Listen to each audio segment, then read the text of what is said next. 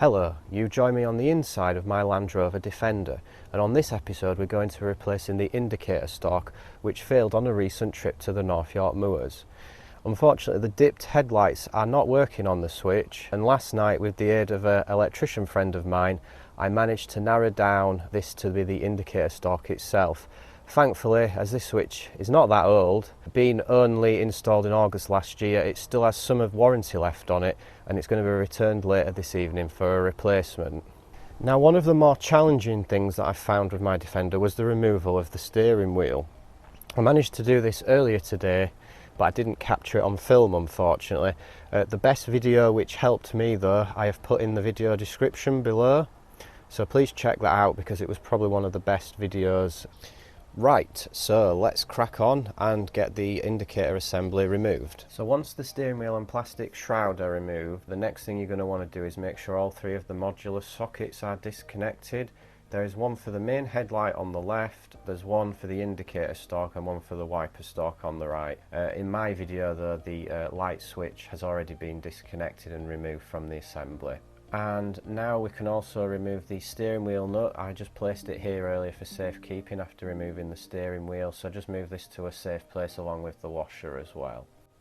Also note the blue plastic portion around the steering spline. This component is responsible for left and right self-cancel on the indicator. So when installing the new assembly, it sometimes can be upside down, which will result in self-cancel not working properly, so it's just something to bear in mind. So really the only thing what's holding this assembly on the steering column is the top screw seen here, so this makes it very easy to remove. So removing this top screw, the assembly should easily slide out from the steering column, and really that's all there is to it. So that is the indicator assembly removed. Now, one thing I did forget to mention here is the wiper assembly is still a genuine Land Rover part. It is not going to be replaced under the warranty because the remainder of the assembly is a Lucas switch, so this has to be removed. So firstly what you're going to want to do is remove this little black retention C-clip here. It should just come off fairly easy, and just put it in a safe place. There we go. Now unfortunately I've been having difficulty trying to find a suitable socket or small spanner to undo these small bolts. So in this case I'm just using some small needle nose pliers to undo them, and as you can see it's worked quite well.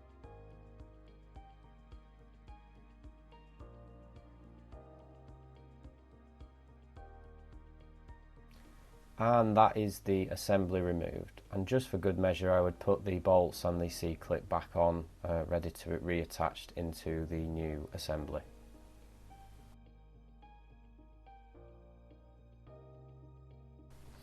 Okay, so it's now day 2 of the indicator stalk replacement, and we're just going to reassemble everything onto the new unit.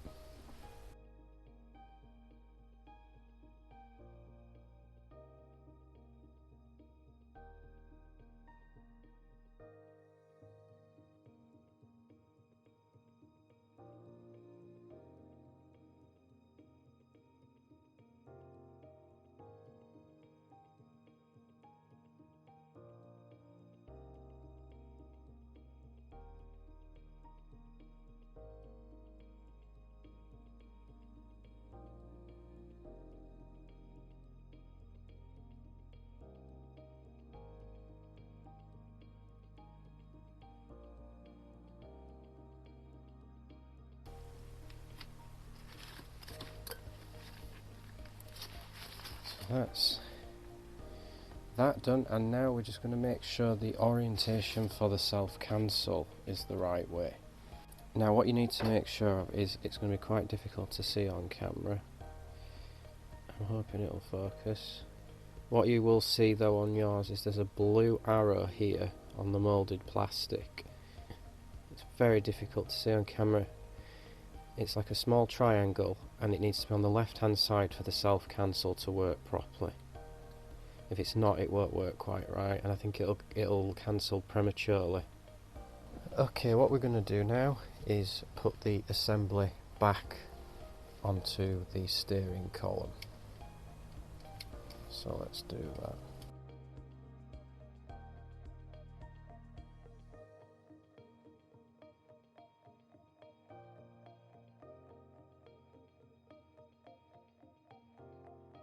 pretty good. And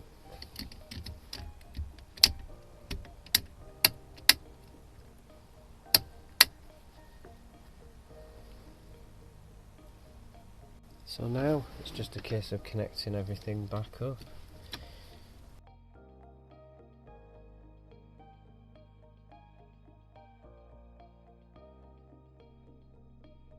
Put the ignition in. Make sure that the headlights come on. It's out of gear. And there we go, headlights are on. So that's fitted, everything's screwed in, looks all okay. We'll just give it a test. So the headlights come on now. Full beam seems to be working.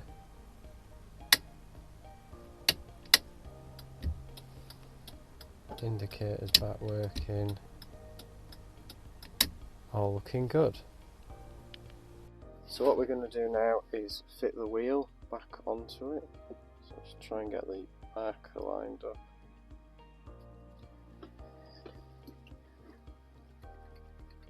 For my vehicle, which is a 1999 300 TDI, you will need a 22mm socket for removal and reinstall.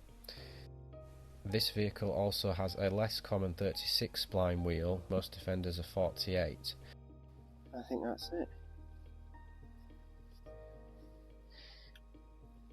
Get the little cushion thing, put back on. And there is a reason I haven't fitted the shroud round it yet, because I've still got a few more things planned, and that might be for another video. But I need to just leave it like that for a few days for now. So I'll just neaten it out back up. And that's it really.